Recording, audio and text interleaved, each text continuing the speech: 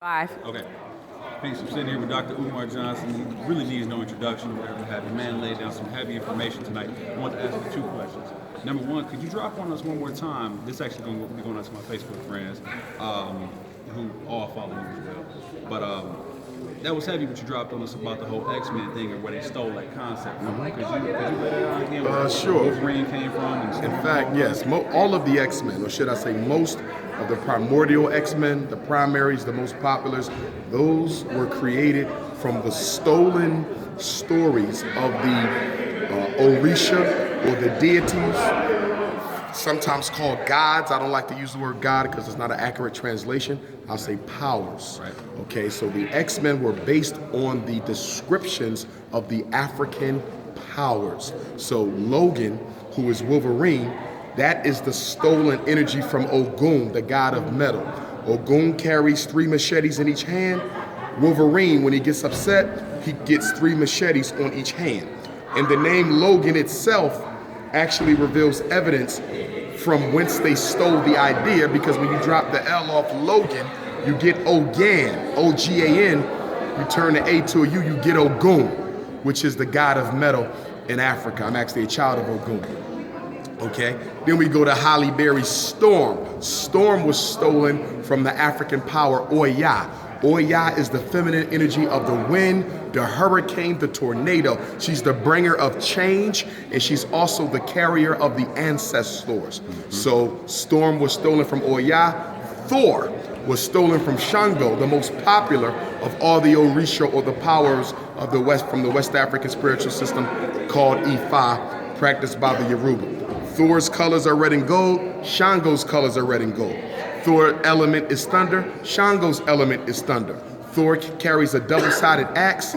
Shango carries a double-sided axe. Aquaman is Olokun. And we could go on and on and on, but all of the X-Men and the Marvel comic heroes, most of them are nothing but the stolen gods of Africa, given a different name and turned into white men and white women. Well, they steal most of our stuff. Yes. So that ain't no surprise. Yes. Okay, next question I want to ask you. I heard an interview that you did. It's on YouTube, but the brother named it African Spirituality versus Black Religion. And you were talking about how most Black religions have severed their ties to their parent system of the African spirituality. Meaning they don't honor the ancestors anymore, they don't pour libations and things like that.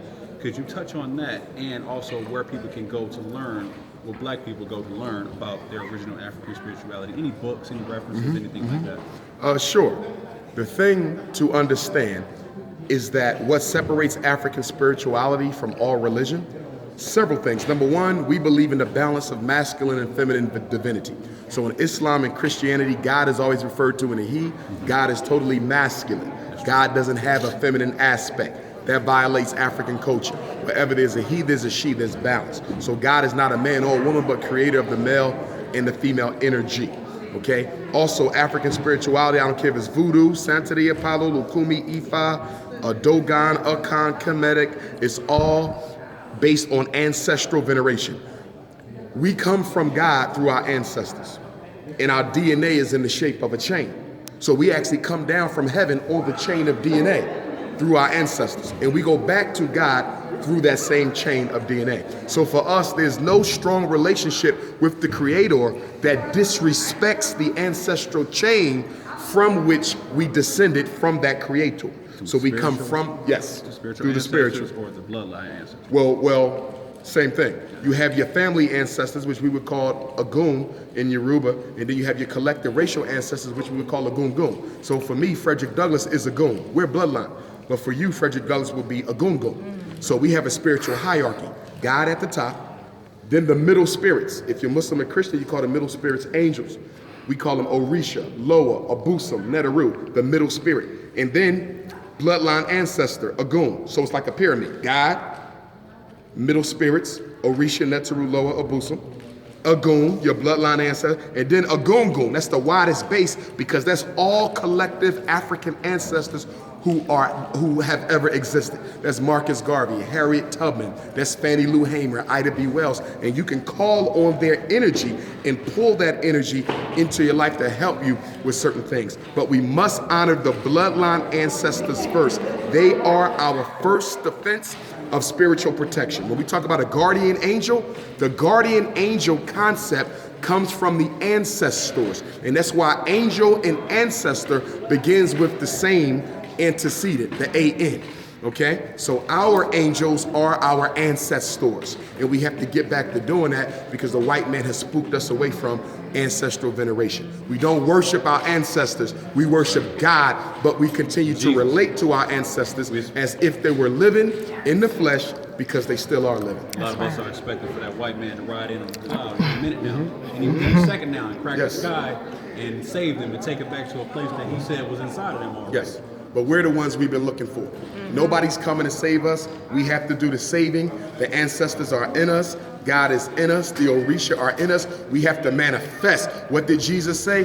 That which is in you, if you bring it out, it will save you. If you don't bring it out, it will kill you. So everything we need is in us. We have to manifest it. Bring it forth.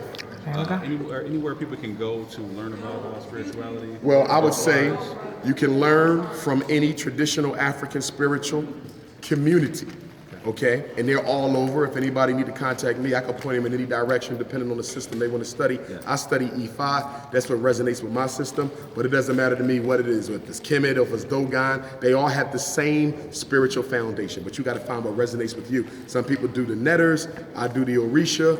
Other people do the Abusum of the Akan. It's all about what resonates with you. But they all have the same foundation. But get into ancestral veneration. Your life will never be the same once you pull your ancestors into your life. Yes, sir. Thank you. No doubt. Thank you.